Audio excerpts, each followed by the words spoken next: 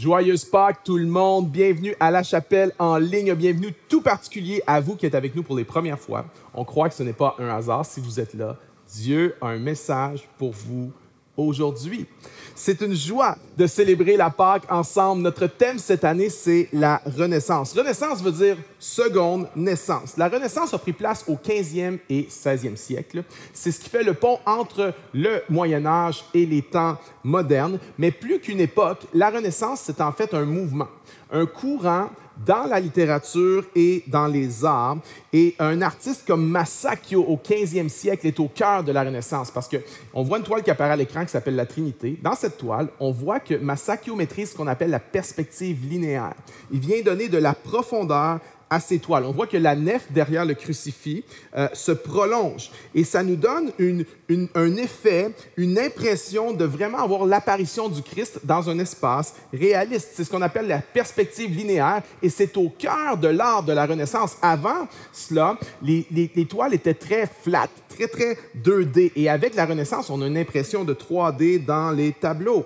Un autre artiste de la Renaissance, c'est bien sûr Da Vinci. Leonardo da Vinci, une de ses œuvres les plus célèbres, la Sainte Seine, qui est représentée ici à l'écran. Dans cette toile, on voit bien sûr la perspective linéaire, on voit les espaces réalistes, mais en plus de ça, Da Vinci vient ajouter quelque chose de vraiment intéressant, les émotions humaines. Il réussit à communiquer toute la vivacité des émotions. Dans cette toile-là, on voit le Christ qui est au centre de la toile. Il vient d'annoncer à ses disciples que l'un d'entre eux va le trahir. Et on voit les gestes des apôtres, on voit leur visage inquiet. Da Vinci réussit à transmettre les émotions humaines. Alors, c'est quoi l'art dans la Renaissance? C'est ça. C'est synonyme de beauté, harmonie, perspective. Avant la Renaissance, l'art manquait de profondeur. L'art manquait d'émotion. L'art manquait de vie.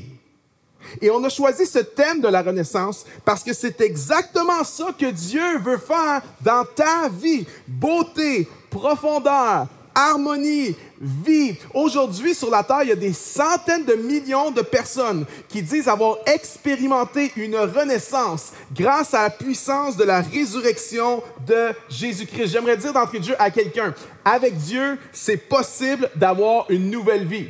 Avec Dieu, c'est possible de recommencer. Avec Dieu, c'est possible d'avoir une renaissance.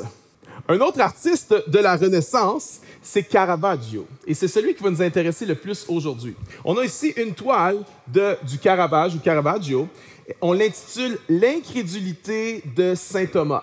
Cette toile nous rapporte une scène biblique importante qui a pris place après la résurrection de Jésus, lorsque Jésus est apparu à ses apôtres après sa résurrection, mais Thomas, un des 12, n'était pas présent.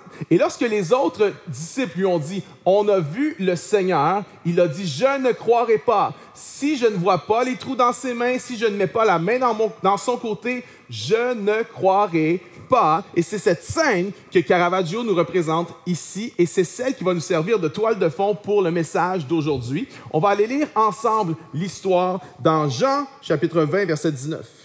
Le soir de ce jour, qui était le premier de la semaine, le dimanche, les portes du lieu où se trouvaient les disciples étaient fermées par la crainte qu'ils avaient des Juifs. Jésus vint et debout au milieu d'eux, il leur dit que la paix soit avec vous. Quand il eut dit cela, il leur montra ses mains et son côté. Les disciples se réjouirent en voyant le Seigneur. Verset 24. Thomas, appelé Didyme, l'un des 12, n'était pas avec eux lorsque Jésus vint. Les autres disciples lui dirent donc, « Nous avons vu le Seigneur. » Mais il leur dit, « Si je ne vois pas dans ses mains la marque des clous, si je ne mets pas mon doigt à la place des clous, et si je ne mets pas ma main dans son côté, je ne croirai pas. » 8 jours après, les disciples de Jésus étaient de nouveau dans la maison et Thomas était avec eux. Jésus vint, les portes étant fermées, et debout au milieu d'eux, il leur dit que la paix soit avec vous. Puis il dit à Thomas, « Avance, ici, mets ton doigt, regarde mes mains, avance aussi ta main et mets-la dans mon côté. Et ne sois pas incrédule, mais crois. » Thomas lui répondit, « Mon Seigneur et mon Dieu. » Jésus lui dit, « Parce que tu as vu, tu as cru. Heureux ceux qui n'ont pas vu et qui ont cru. » L'incrédulité de saint Thomas, c'est resté jusqu'à aujourd'hui. Lorsque quelqu'un est un peu incrédule, en anglais on dit « doubting Thomas. Thomas le douteur. Au Québec, historiquement, lorsque quelqu'un était un peu incrédule, on disait « Mon Thomas, toi ».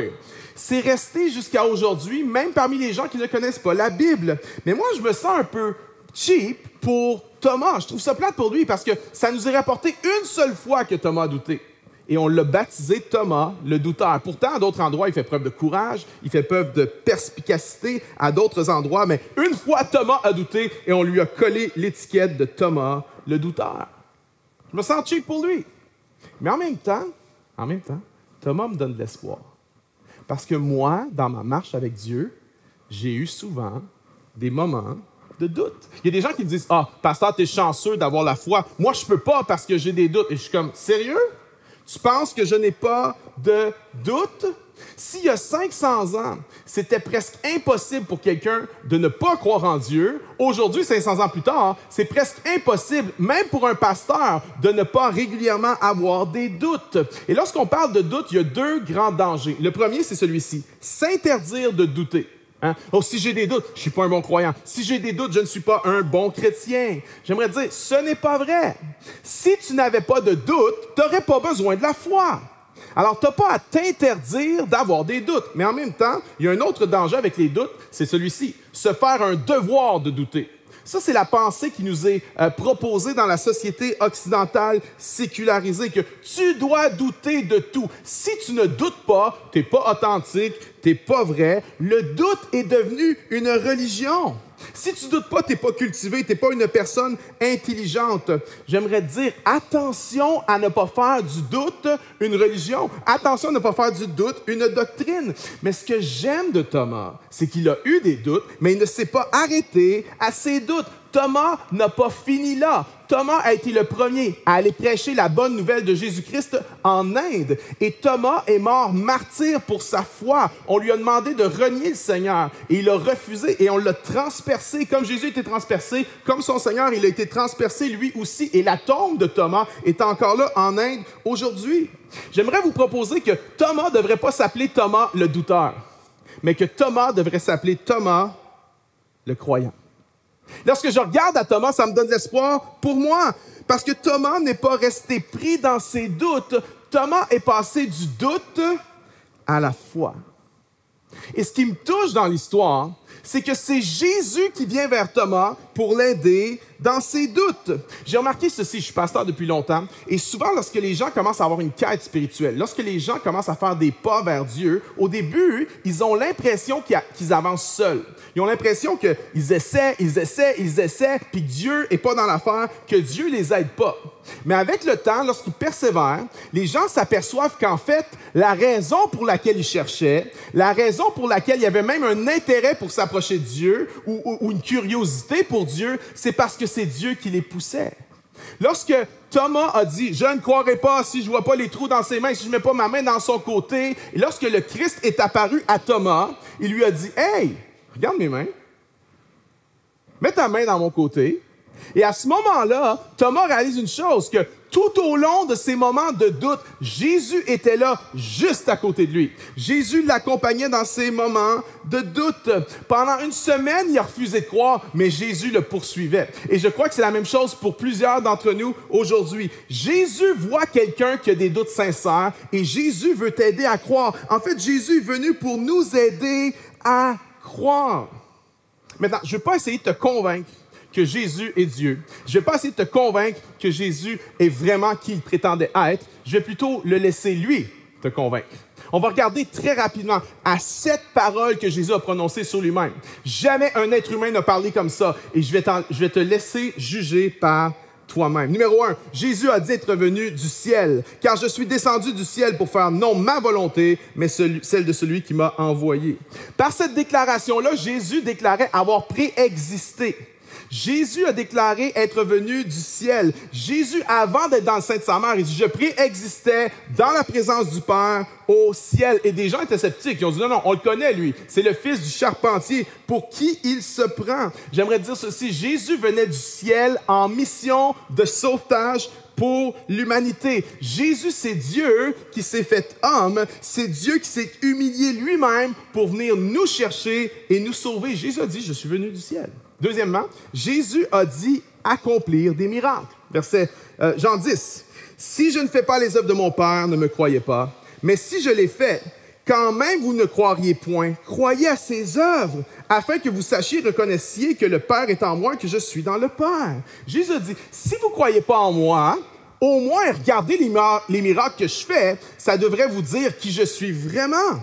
Jésus a fait plusieurs miracles. Jésus a nourri les affamés, guéri les malades. Jésus a fait marcher les boiteux. Jésus a fait parler les muets. Jésus a ressuscité des gens de la mort. Et par ces miracles-là, il est en train de proclamer « Je suis Dieu. Je suis le Fils de Dieu. » Il dit « Si au moins vous ne croyez pas mes paroles, croyez au moins les miracles que je fais. » J'aimerais dire à quelqu'un « Jésus fait des miracles encore aujourd'hui. » Lorsque je suis allé en Israël, il y a quelques années, j'ai rencontré un pasteur là-bas, que sa femme était condamnée par le cancer et il lui restait 100 jours à vivre. Ils ont dit, « Madame, faites vos choses, faites vos papiers, préparez-vous, vous allez bientôt décéder. » Et surnaturellement, par la puissance de Dieu, cette femme, alors qu'il n'y avait plus d'espoir pour elle, plus d'espoir de traitement, il n'y avait rien à faire. Cette femme, aujourd'hui, 14 ans plus tard, est encore vivante. J'aimerais dire, Dieu fait des miracles encore aujourd'hui. Dieu fait des miracles dans nos groupes de maison à la chapelle, car chaque semaine, il y a des gens qui ont des vies transformées par le Seigneur Jésus. Dieu fait des miracles dans nos chapelles locales, Montréal, Québec, Gatineau. Dieu fait des miracles à la chapelle en ligne à chaque semaine. Et certains d'entre vous, vous allez expérimenter la puissance de Jésus aujourd'hui même. Il va y avoir quelque chose qui va se passer dans ta vie aujourd'hui.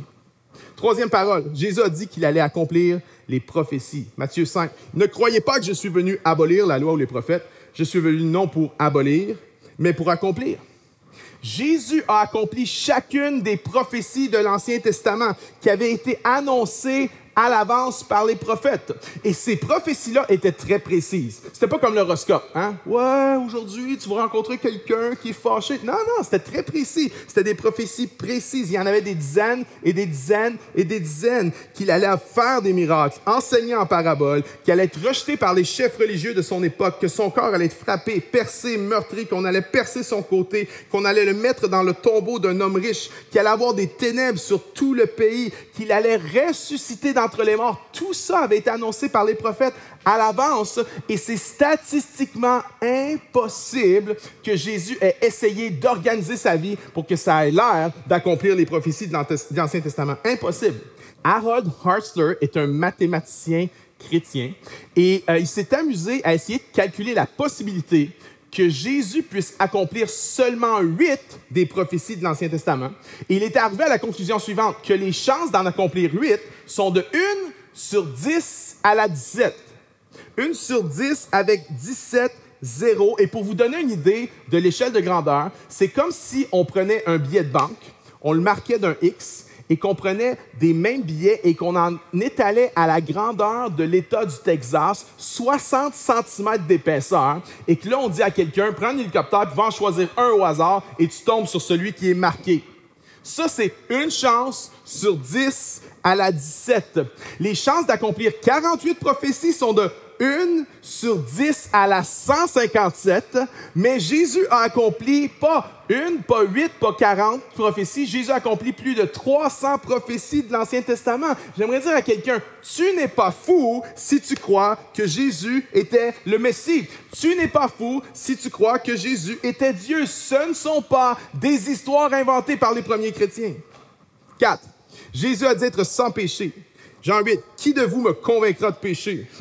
Jésus a clairement, ouvertement, à plusieurs reprises, déclaré être sans péché. Jésus s'est tenu devant les foules, il a dit qu'il était sans péché. Jésus s'est tenu devant sa mère, devant ses frères, et puis il a dit, qui d'entre vous peut me trouver la moindre faute? Je ne sais pas pour toi, mais si je me tenais devant une foule, puis que je disais, qui d'entre vous peut me trouver un péché, et que ma mère est dans la salle, ma mère qui a 96 ans pourrait bondir sur le stage et dire, c'est pas vrai, il est menteur, j'ai plein d'histoires à vous raconter.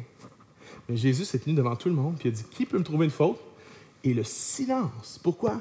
Parce que Jésus était sans faute, Jésus était sans péché. J'aimerais dire, David Potier est pécheur. David Potier a des péchés passés, présents et futurs. Il va y en avoir d'autres, c'est certain. Mais Jésus était lui-même sans péché. Même les meilleurs d'entre nous ont dit, ah, il n'y a personne de parfait. Mais Jésus dit, sauf moi. Moi, je suis dans une catégorie à moi tout seul. Jésus était sans péché. 5. Jésus a dit être Dieu. Jean 10. Jésus leur dit, « Je vous ai fait voir plusieurs bonnes œuvres venant de mon Père. Pour laquelle me lapidez-vous? » Les Juifs répondirent, « Ce n'est point pour une bonne œuvre que nous te lapidons, mais pour un blasphème. Et parce que toi, qui es un homme, tu te fais Dieu. » Il y en a, on t'a menti.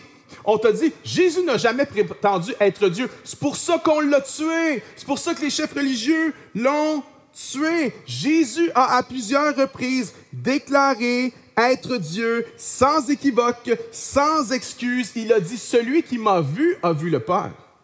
Il a dit, avant qu'Abraham fût, je suis. Abraham a vécu 2200 ans avant lui. Avant qu'Abraham fût, je suis. Jésus s'est approprié le nom de Dieu dans l'Ancien Testament qui était « Je suis », ego, émi. À plusieurs reprises, Jésus a déclaré être Dieu. Et soit c'est vrai, soit c'est faux. Jésus ne pouvait pas être juste un bon gars, un bon sage. Non, non, non. Parce que quand tu te prends pour Dieu, tu n'es pas une bonne personne. Jésus était le Fils de Dieu, soit c'est vrai, soit c'est faux. J'aimerais dire à quelqu'un, Jésus est Dieu. Jésus est le seul Dieu. Jésus est mon Dieu. Et si tu le crois, écris « Amen » dans les commentaires en ce moment si c'est vrai pour toi aussi. Numéro 6. Jésus a dit avoir le pouvoir de pardonner les péchés. Marc 2. Jésus, voyant leur foi, dit au paralytique, « Mon enfant, tes péchés te sont pardonnés. » Il y avait là quelques scribes qui étaient assis et qui se disaient au-dedans d'eux, « Comment cet homme parle-t-il ainsi? Il blasphème! Qui peut pardonner les péchés si ce n'est Dieu seul? » On a tous péché. Et Jésus, lui, vient, il regarde un homme et il dit, « Tes péchés sont pardonnés. » Et Jésus regarde chacun d'entre nous, toi, puis toi, et toi, et toi, et moi. Et Jésus a le pouvoir de pardonner nos péchés, qu'on en soit conscient ou non, qu'on veut l'admettre ou non. Il y a des choses qu'on regrette. Il y a des choses qu'on ferait différemment si c'était à refaire. On est tous pécheurs. On est tous égoïstes. On pense tous à nous avant. Ça nous est tous déjà arrivé de mentir. Ça nous est tous déjà arrivé de faire passer nous-mêmes avant les autres. Et qu'est-ce que la religion enseigne? La religion va te dire, hey, si tu veux dealer avec ton péché, il faut que tu sois une bonne personne. Si tu veux que Dieu t'accepte dans sa présence, il faut que tu sois une bonne personne. Il faut que tu fasses des bonnes œuvres. Il faut que tu respectes les règles. Et peut-être qu'un jour, Dieu va t'accepter. Mais la réponse, le problème avec ça, c'est que tu ne sais jamais quand tu vas en avoir fait assez. Jamais. Lorsque je parle avec des gens et je leur parle de Jésus, savez-vous comment je sais s'ils ont compris Jésus ou pas? C'est que les gens qui n'ont pas compris Jésus, quand tu leur parles de Jésus, ils vont te dire « Ah, je suis une bonne personne. Je suis une bonne personne. » Et ça, c'est la preuve qu'ils n'ont pas compris Jésus. Parce que la religion nous enseigne à nous nettoyer avant d'aller à Dieu, alors que Jésus dit « Non, non, non. Viens à moi, je vais te nettoyer. Moi, je vais te rendre acceptable devant Dieu. » La religion dit le contraire, mais Jésus dit non, non, viens à moi comme tu es, viens à moi comme tu es sale, moi je vais te nettoyer. Parce que la réalité, c'est qu'on n'est pas capable de se nettoyer. Je me souviens, lorsque mon fils était bébé, 12-14 mois, il détestait avoir les mains sales. C'était fou, il n'était pas capable. Dès qu'il avait les mains sales, il se mettait à pleurer, à chialer. Il voulait qu'on lui lave les mains constamment. Et je me souviens que lorsqu'on ne lui lavait pas les mains, il se débrouillait tout seul. Il se lavait les mains tout seul. Puis je me souviens d'un jour, il était assis dans le carré de sable, il était en train de jouer. Puis moi, je l'ai vu au loin, puis à un moment donné, je l'ai vu, il se met les deux mains dans la couche en arrière. Et il ressort ses mains avec du brun dessus. Et moi, je le vois à distance. Je sais que mon fils n'aime pas savoir les mains sales. Alors, je suis là au loin, puis je crie « Non! Anthony! » Et là, je me mets à courir vers lui. Puis là, je le vois. Il y a les deux petites mains comme ça, avec le brun dessus. Puis là, il se met à faire « Puis moi, je suis comme « Non! » Puis là, je le vois. Il fait « Ah! Ah! » La face, il est venu tout croche. Je pars, je prends mon fils, sors la brosse à dents, il y avait juste deux dents. J'ai brossé les dents. Ah ouais, si j'avais pu le faire à l'autre javel, je l'aurais fait. Il pue de la bouche encore aujourd'hui. Non, c'est pas vrai. Mais mon fils pensait qu'il pouvait se nettoyer tout seul. Puis j'aimerais te dire, c'est souvent ça qu'on fait avec notre péché. On pense que pour aller vers Dieu, il faut se nettoyer avant, mais j'aimerais te dire ceci. Tu ne peux pas te nettoyer tout seul. Va vers Jésus avant et lui va nettoyer ton péché et lui va te rendre acceptable devant Dieu. Quelqu'un devrait dire amen dans les commentaires. Seulement Jésus peut pardonner nos péchés. Est-ce que tu as été pardonné? Est-ce que tu as été nettoyé? Ou est-ce que tu essaies par toi-même? Savais-tu que Jésus invite tout le monde? Tout le monde. Tout le monde est invité. Jésus invite chacun d'entre nous. Jésus veut nettoyer chacun d'entre nous. Une des choses qui était intéressante sur le tableau de Caravaggio, lorsque j'ai fait les recherches, j'ai découvert qu'à l'époque, ce tableau-là a fait scandale. Savez-vous pourquoi? Ça a fait scandale parce que Caravaggio n'idéalisait pas ses sujets. Il les montrait dans toute leur beauté, mais aussi dans toute leur laideur, dans tous leurs défauts. C'était pas Photoshop, c'était juste the real thing. Mais aussi, ça avait fait scandale, ce tableau-là, à l'époque, parce que, contrairement aux grands peintres de l'époque, Caravaggio, lui, prenait des modèles de la vie ordinaire. Des gens ordinaires, des gens de mauvaise vie, des gens dans les bars, on pourrait dire, des gens dans la rue. Caravaggio prenait des gens ordinaires. Puis ça m'a fait penser à Dieu, en fait. Parce que Jésus invite tout le monde. Jésus n'invite pas seulement qu'une petite élite religieuse. Jésus n'invite pas seulement à lui ceux qui ont grandi dans la foi, les chrétiens. Jésus n'invite pas à lui ceux qui se pensent pour des bonnes personnes. Jésus invite tout le monde. Tout le monde est invité. Jésus dit, viens, toi, oui, avec tout ce que tu as fait. Oui, toi, viens, je vais te laver, je vais te nettoyer. Quelle métaphore de Jésus qui nous invite chacun d'entre nous, les riches et les pauvres, les jeunes, les vieux, les religieux, les non-religieux, les moraux, les immoraux, les pasteurs, les prostituées. Jésus offre son pardon à tout le monde. 7. Jésus a dit qu'il allait ressusciter d'entre les morts. Marc 8. Alors il commença à leur apprendre qu'il fallait que le Fils de l'homme souffrit beaucoup, qu'il fut rejeté par les anciens, par les principaux sacrificateurs et par les scribes, et qu'il fut mis à mort et qu'il ressuscita 3 jours plus tard.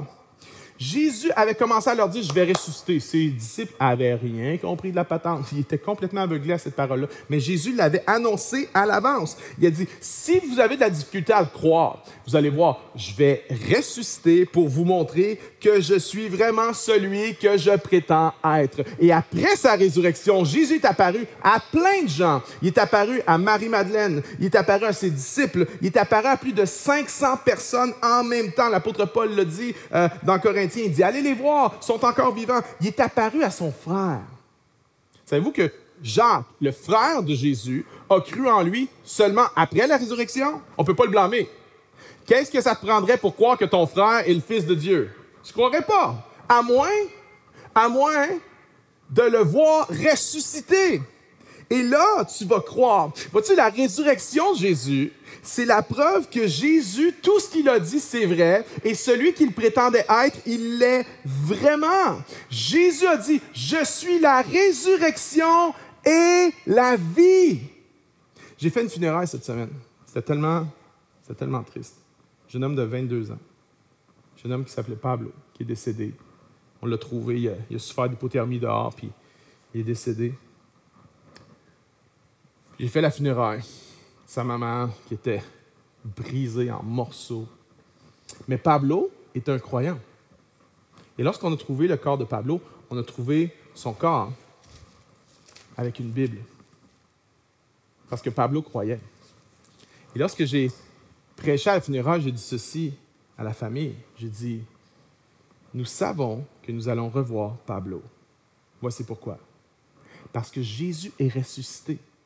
Jésus est le premier-né d'entre les morts. C'est le premier à être revenu de la mort. Mais la bonne nouvelle, c'est la suivante. C'est que Jésus n'est pas le dernier-né d'entre les morts. Si Jésus avait la puissance de ressusciter d'entre les morts, Jésus a la puissance aussi, un jour, de ressusciter tous ceux qui auront cru en lui. Et j'ai regardé, il y avait une belle photo de Pablo dans la salle funéraire, une belle photo de lui, puis il y avait le cercueil d'un côté. J'ai dit, ce qu'on garde de souvenir de Pablo, c'est ça. Puis là, je pointais à la photo. C'est ça et non ça. Je pointais le cercueil. J'ai dit, c'est ça et non ça. Pourquoi? Parce que le futur, c'est ça. Le futur, c'est qu'on va le revoir un jour. Parce que Jésus est ressuscité. Il va ressusciter avec lui un jour tous ceux qui ont mis leur foi en lui pour être avec lui pour l'éternité. Qui est Jésus? Je veux pas te convaincre. Je veux laisser lui te convaincre. Il est le créateur du ciel et de la terre. Il est l'alpha et l'oméga. Il est le serviteur souffrant qui est mort sur cette croix, mais il est aussi le prince de paix,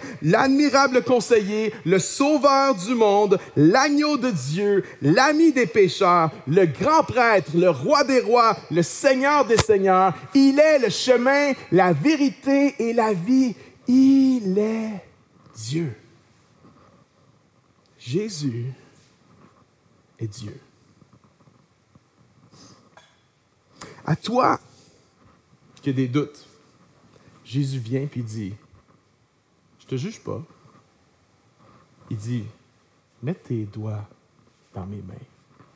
Mets ta main dans mon côté. Regarde les évidences. Ne sois pas incrédule, mais crois. J'aimerais vous proposer que ce tableau ne devrait pas s'appeler l'incrédulité de saint Thomas. J'aimerais vous proposer que ce tableau devrait s'intituler la renaissance de saint Thomas. Parce que c'est exactement ça qui s'est passé ce jour-là. Thomas a expérimenté une renaissance. Sa croyance est passée de la tête jusqu'à son cœur. Et il a dit, mon Seigneur et mon Dieu. Et comme Thomas, toi aussi aujourd'hui, tu peux vivre une renaissance si tu viens à Jésus. J'ai plein de témoignages, j'ai plein d'amis. Notre Église est remplie de gens qui ont vécu une renaissance avec Jésus. J'ai une amie qui est décédée aujourd'hui, s'appelait Esther. Esther était une alcoolique invétérée. Et les 35 dernières années de sa vie, Esther a été sobre parce qu'elle a eu une rencontre avec le Christ ressuscité. Elle a vécu une renaissance. Il y a une fille qui s'appelle Anaïs qui vient dans mon groupe, notre 5 à 7, notre groupe d'études bibliques maison chez moi.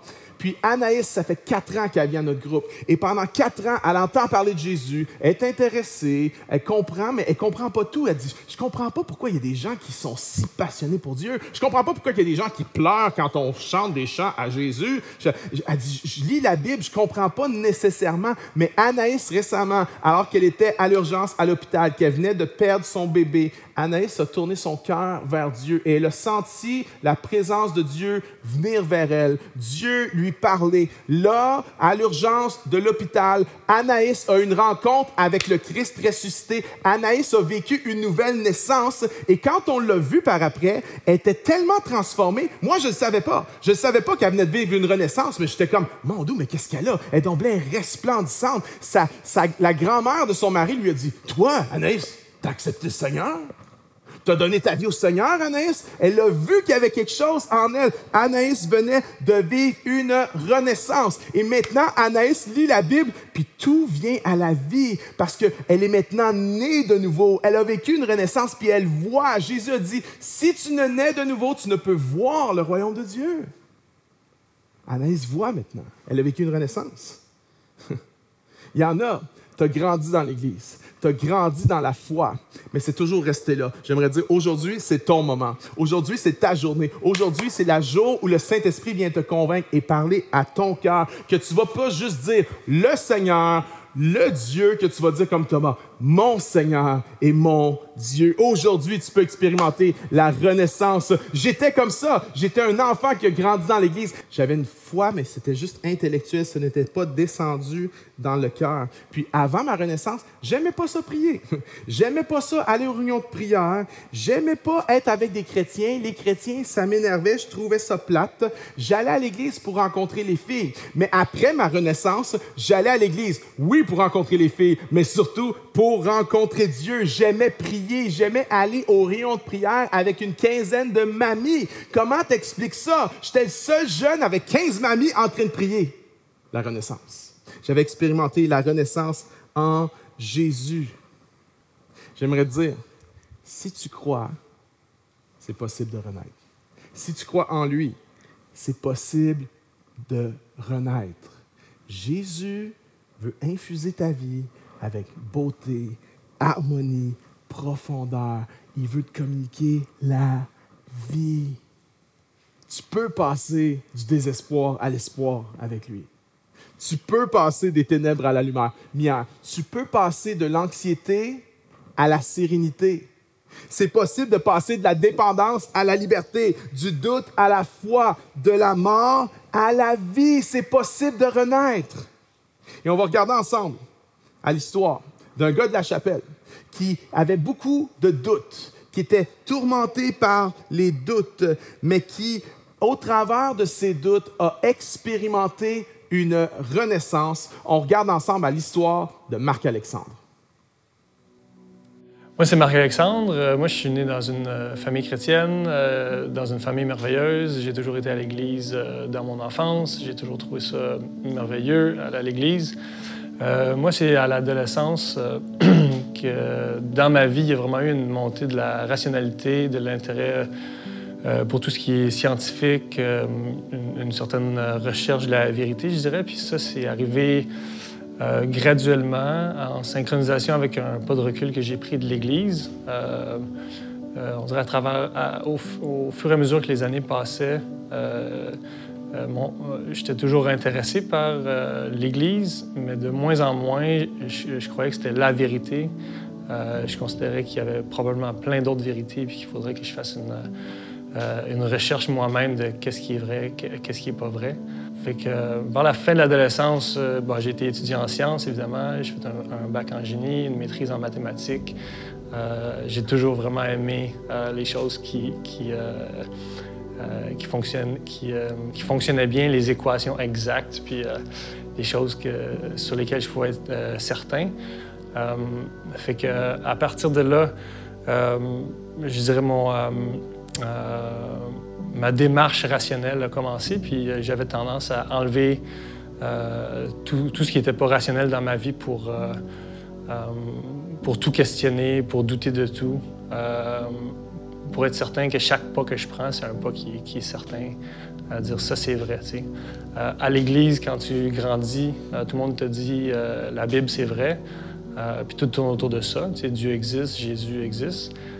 Puis plus tu grandis, plus tu découvres qu'il existe probablement un autre milliard de livres qui a été écrit au courant de l'humanité. Fait que tu te dis, c'est intéressant comme livre, mais là, je viens de découvrir qu'il y en a vraiment plein d'autres.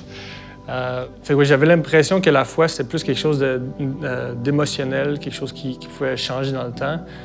J'avais beaucoup de questions, disons, sur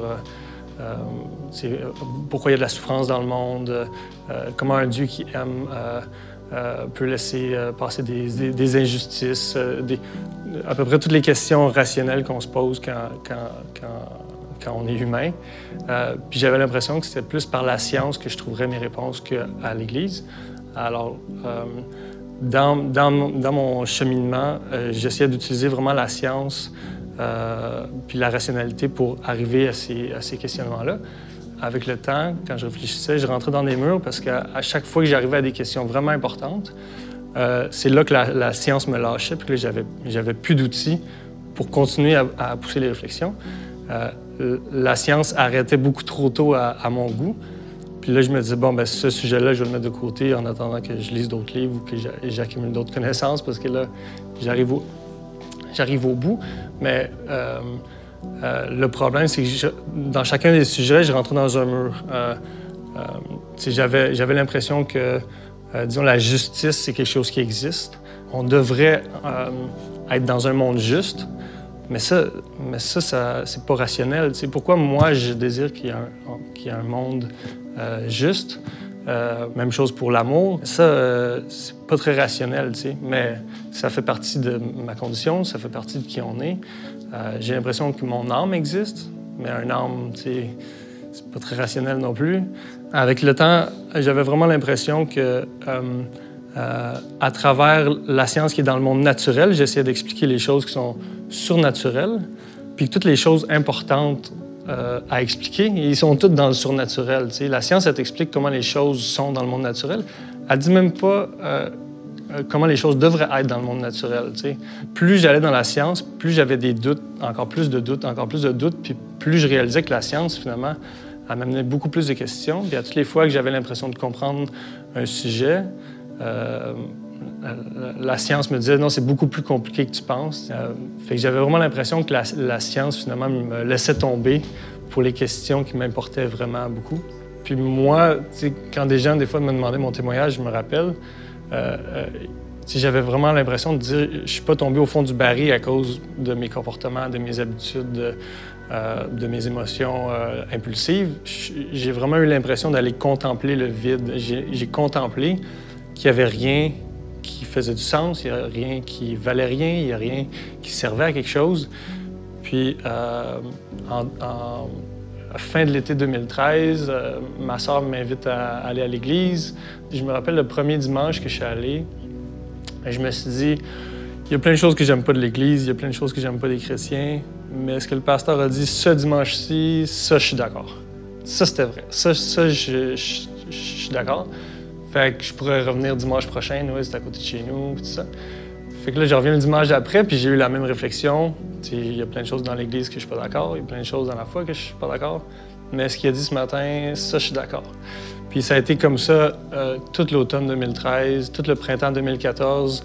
J'avais l'impression qu'à chaque semaine, Dieu adressait une de mes objections que j'avais contre la foi, le christianisme, les chrétiens. C'est comme si Dieu venait enlever chacune des objections une par une, puis il disait, cette objection-là, elle tient plus. Celle-là, il faut que tu l'enlèves.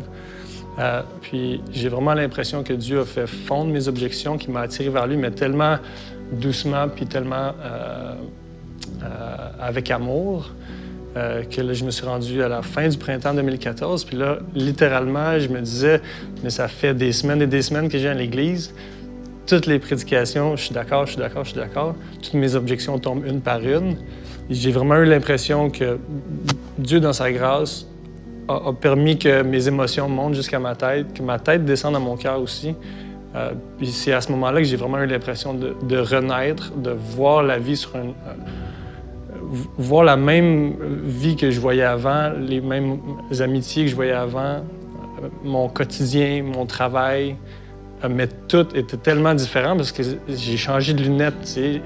Maintenant, la science, je la vois comme la plus belle expression de Dieu, dans le sens que Dieu est un Dieu immuable, quelque chose qui ne change pas. Maintenant, je peux contempler Dieu, puis j'ai le droit de contempler Dieu à travers tous ces aspects-là, à cause que j'arrête de nier que ça n'existe pas, ça n'existe pas, ça n'existe pas. Puis je deviens déshumanisé dans mon coin à vivre rien au cas où que ma rationalité ne soit pas capable de suivre la parade. T'sais. Puis à toutes les questions où j'ai des doutes, moi, je vais le plus loin que je peux dans ma réflexion. Puis après, je dis le reste, Dieu le sait, puis je lui fais confiance. Puis c'est cette portion-là de foi que j'ai toujours refusée, de dire non, je vais aller jusqu'au bout. Mais là, je suis arrivé à la conclusion que jamais j'irai plus loin. Puis qu'à toutes les questions où j'ai pas de réponse, je peux avoir la certitude que Dieu le sait, puis c'est suffisant. Ouais.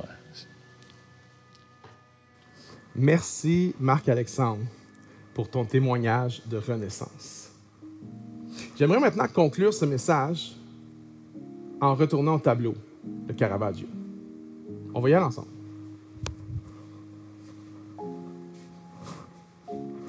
Observez-le attentivement. Voyez-vous qu'il y a quelque chose qui cloche? Regardez pas à Jésus, regardez à saint Thomas. Voyez-vous ses yeux? Voyez-vous son regard? En fait, lorsqu'on regarde attentivement, Thomas ne regarde pas Jésus. Thomas a le doigt dans le côté percé du Seigneur et Thomas ne regarde pas Jésus.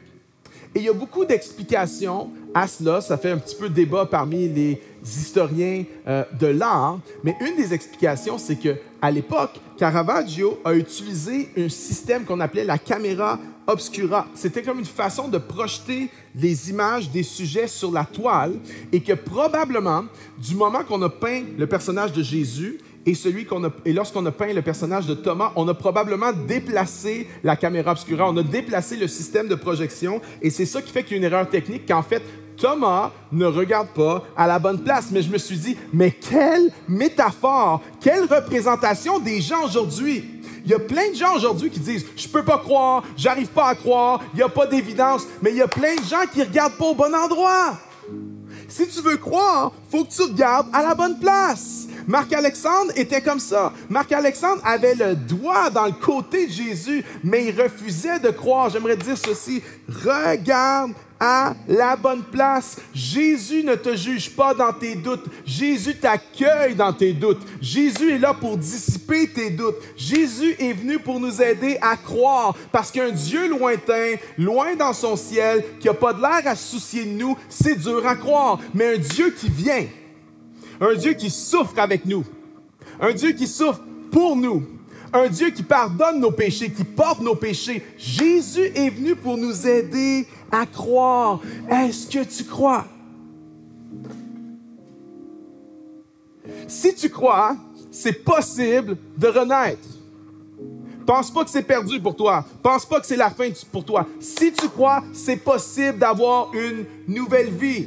La Bible dit que si tu confesses de ta bouche le Seigneur Jésus et que tu crois dans ton cœur que Dieu l'a ressuscité d'entre les morts, tu seras sauvé. Tu peux expérimenter une renaissance en croyant. Tu dis, mais qu'est-ce que j'ai à faire? Qu'est-ce que je dois faire? Croire. Oui, mais c'est quoi? En plus de croire, qu'est-ce qu'il faut faire? Croire. Si tu crois vraiment, tu peux renaître aujourd'hui et il y en a, c'est ton moment parce que tu as besoin d'une renaissance. Tu ne connais pas Dieu. Tu es comme Thomas, mais aujourd'hui, ça va descendre de la tête jusqu'au cœur. Il y en a, tu as déjà connu Jésus, mais tu es loin de lui et aujourd'hui, tu vas revenir à lui. Laissez-moi prier pour vous. Oh mon Dieu, je te remercie pour le récit de Saint Thomas, qui donne de l'espoir à tous les douteurs, qui nous enseigne qu'on peut aller vers toi même avec nos doutes et que tu es celui qui va dissiper tous nos doutes.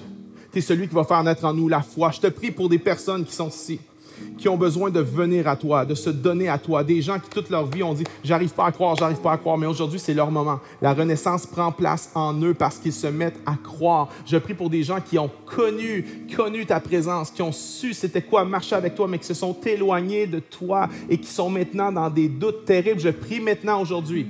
Je prie qu'ils puissent regarder à la bonne place pour qu'ils puissent se mettre à croire à nouveau et cesser de douter et expérimenter une renaissance. C'est dans le nom de Jésus que nous avons prié. J'espère que ce message a été une source d'encouragement pour toi. Nous avons plein d'autres ressources disponibles pour t'accompagner dans ton cheminement spirituel. C'est gratuit, c'est là sur notre site web et notre application mobile. Merci beaucoup d'avoir été là aujourd'hui. On se revoit très bientôt.